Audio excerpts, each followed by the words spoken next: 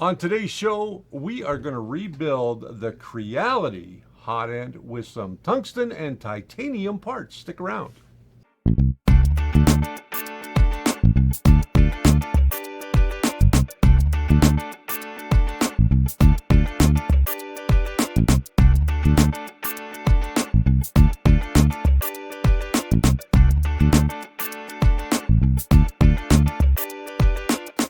Hey, welcome to the First Layer. My name's Richard Cleveland. I'm your host here twice a week, I think. Yeah, every Wednesday and Saturday night when we can make it. Most times we do, though. This is a show that explores the world of 3D printing. I'm just rambling on or waffling, depending on what part of the country you're in or what part of the world you're in. Today, what we're going to do is we're going to take this crappy Creality hot end and we're going to make it better. Now, some of you out there are saying, Rich, you've already made it better by putting on a Micro Swiss. Yes, that's very true. Micro Swiss is an all-metal hot end that you can get as a direct replacement upgrade for these. But what I'm going to do is I've got these two that are pretty much gummed up and they're just messed up. So what I'm going to do today is I'm going to use a tungsten carbide nozzle. I'm going to put a titanium heat break in, and I'm going to put on a copper block. These are all parts that came from Spool 3D Canada. They came to me and asked me if I'd like to rebuild a hot end and see how it worked in my stock Ender 3. So that's what I'm going to do today, and let's get started. First and foremost, we're going to go to this camera over here when we'll show you what this thing looks like. This is your Creality hot end. Of course, the pneumatic fitting is missing from the top, but we'll fix that up. That's not a big deal. This one is severely clogged. If you look down in there, I don't know how well you guys are going to be able to see that, but this thing is junked up big time. Let me see. There we go. This thing is junked up big time. It's what typically happens with these is a lot of people have said that, or there's been a lot of controversy where people have talked about heat creep coming from these screws. That actually is not the case because these screws only go up into this portion of the heated block, or the cooling block, and they don't go any further, so they can't transfer heat up through the block. Where you're getting your problem is right from that throat, because what happens is because the PTFE liner not only goes halfway down into the block till it meets the nozzle, but this expands. This throat expands over the heating, and it'll backfill with plastic all up and around your Bowden tube. Now, one of the ways we're going to solve that today is by putting in the new throat, which is the titanium heat break, which is going to replace the existing heat break that is in here now. Okay, so we'll go back to the main camera here. We'll start to disassemble this. And when you disassemble this, you want to make sure that you start by first removing those two screws. We are going to put those two screws back in. And I know some people are going to have little fits over it, but you know what? We need to put these screws back in to hold everything square. And I went ahead and loosened these ahead of time. That can be easily broken. We'll go back to the close-up here real quick. This throat is very, very thin, and it can break very easily. So what we're going to do is we're going to actually pull that throat right out of there by just loosening up that set screw that's in there. And sometimes it might be in there really good. So now we're going to pull that out. Now we've pretty much got a nice clean throat to go through.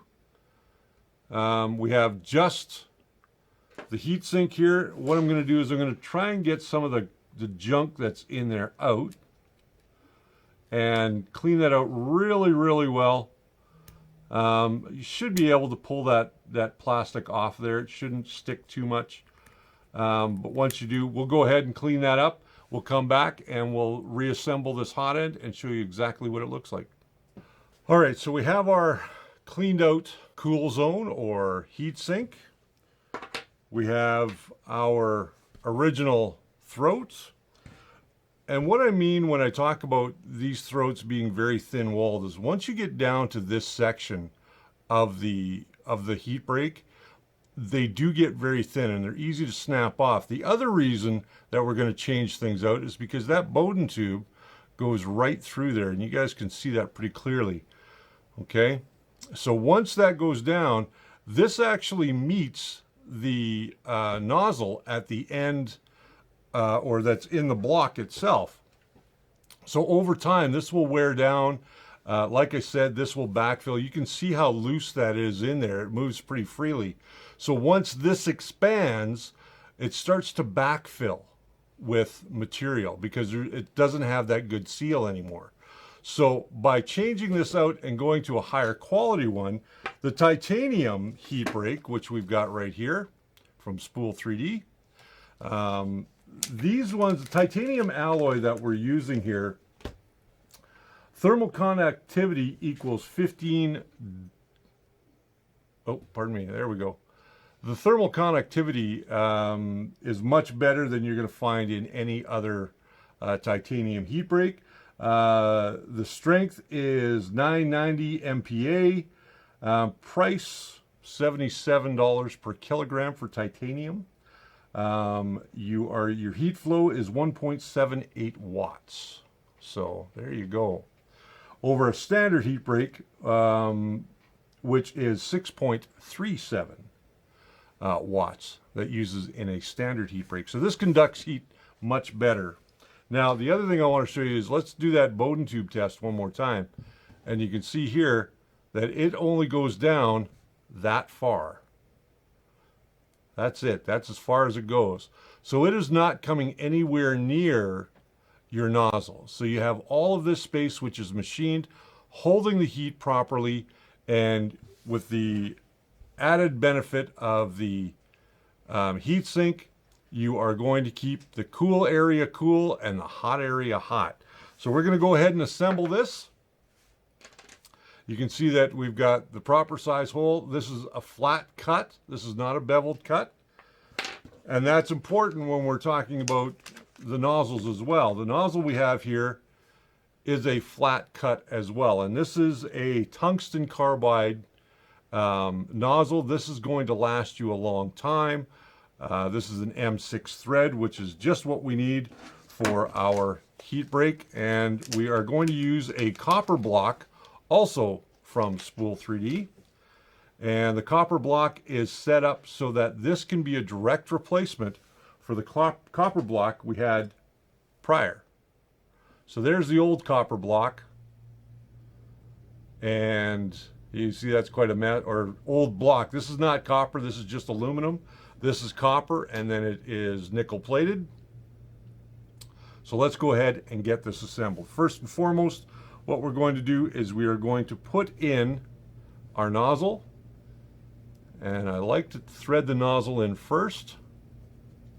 We'll see how much room we've got. And then we are going to thread in our, actually let's give that a half turn off. So we'll bottom it out, and then we're going to give it a half turn off. Then we're going to take our heat break, our new titanium heat break, and we're going to thread that in till it bottoms out.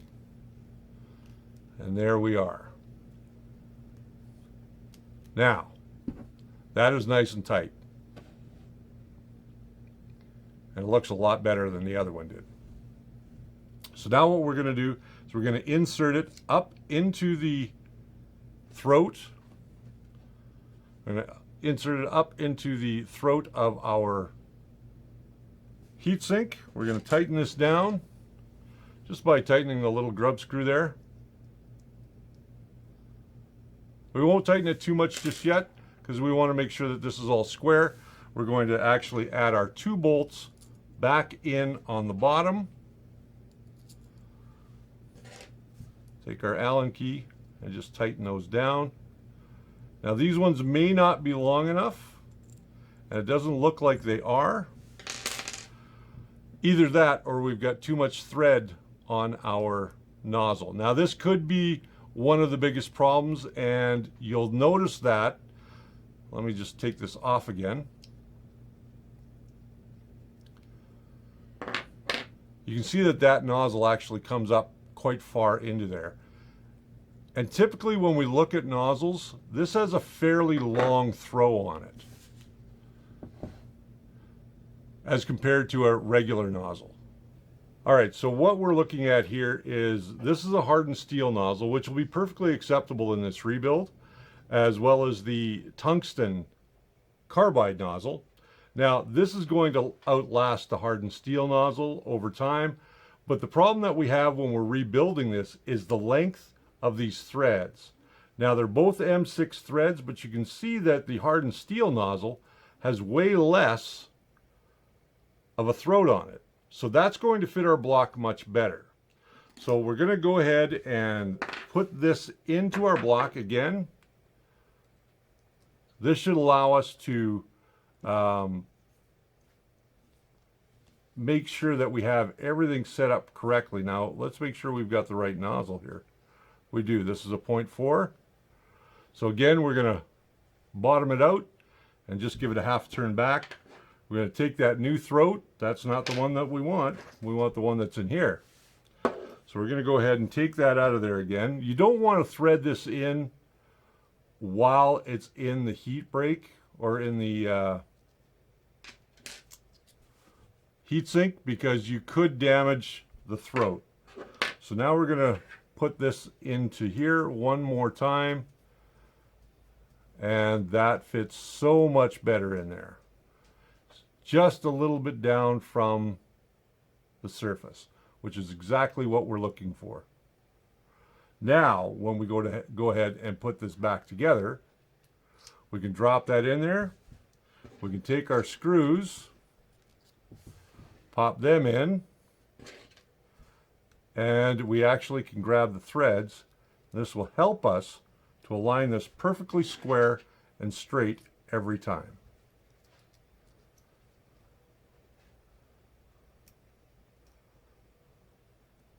Now, is this going to improve your printing over time? Perhaps, perhaps not.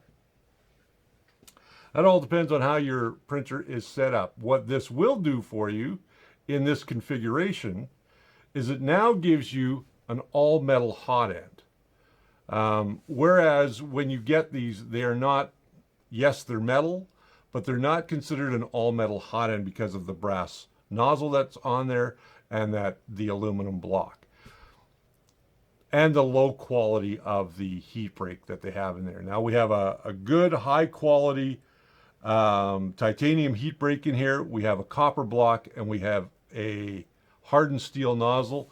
I could run any material through this hot end now that I wanted to, including some higher temperature stuff like, of course, nylon, and some of the other higher temperature products that are out there. We actually have some nylon we're going to be testing pretty soon, and we're going to test it on the Ender 3. We're going to see if we can print nylon on the Ender 3. So that's how easy it is to upgrade your stock hot end for your Creality Ender 3, Ender 5, CR10, CR10S by just adding a few extra parts. Now, one of the benefits to having this set up the way that it is not only can we print higher temperature plastics now, but we can also print abrasives because of the hardened steel nozzle. This is going to conduct heat very, very well. And by the nature of it conducting heat so well, is you are now going to have a much easier time with those higher temperature plastics. You won't get clogged as often. You may want to go to a bigger hardened steel nozzle if you're printing with abrasives, such as any of the metal fill products, anything that's got a filler in it like wood, anything like that. You're going to benefit from having that hardened steel nozzle with a little bit bigger opening on it, like maybe a 0.5 or a 0.6. So that's definitely going to be something that you'll want to work on. And again, that Bowden tube is not going to go all the way down. I'm going to go ahead and install this, do some testing with it on my Ender 3, and we will show you guys the results of that on Instagram and on our Facebook page. So make sure you check often and check it out and see what we've got going on. We are on Instagram. We're on Facebook as well. We don't really have a Twitter. It's my personal Twitter account. So you'll mainly find us on Instagram now with behind the scenes shots of something that we might be building or painting or works in progress, that sort of thing. Over on our Facebook page, we've got a great community. If you're looking for some help, go and sign up over there. It doesn't cost you anything, and there's a lot of great people in there that can help you out if you're having a problem. I'm in there quite often. Also, Brian's in there quite often as well, and we all have answers for most of the problems that are occurring out there right now. As far as our Facebook page goes, we are always looking for brand new people. We've got a mentorship program going on over there. So if you are an experienced 3D printer enthusiast and you want to go ahead and be a mentor, you can go ahead and sign up. There's a little bit of a label there.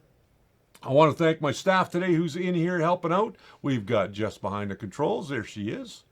And Brian is just wandering around wanting to buy stuff on a Saturday. Now, for you guys that don't know, here's a little behind the scenes. We record these, kind of batch record our episodes. We usually record them on a Saturday. So when you're seeing this, it's on a Wednesday, but we're actually here in the past on a Saturday. Hello to the future! The future! Future!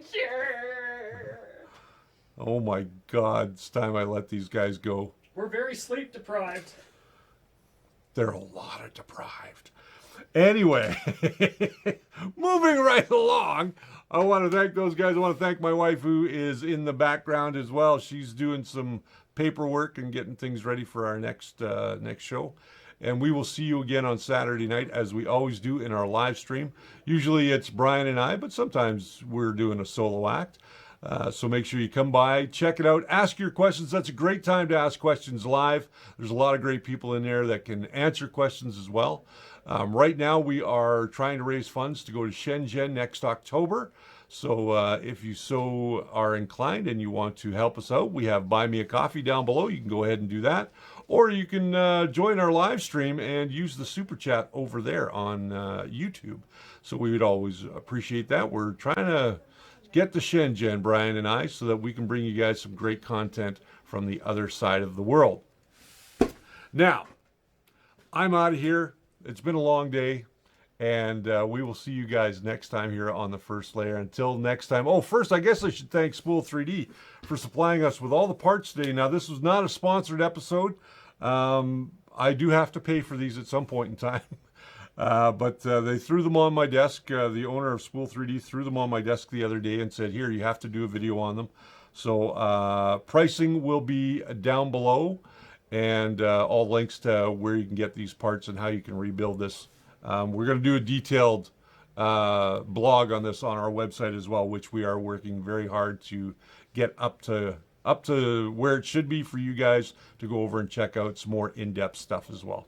So to Spool 3D, they supply us here with the space to use so that we can bring you guys the show each and every week. They've got everything that you need, from parts, accessories, filaments, and printers. So check them out today at spool3d.ca. Print it right, print it with Spool 3D. I'm getting out of here. So remember, guys, until next time, the First Layer is always your foundation to a great print.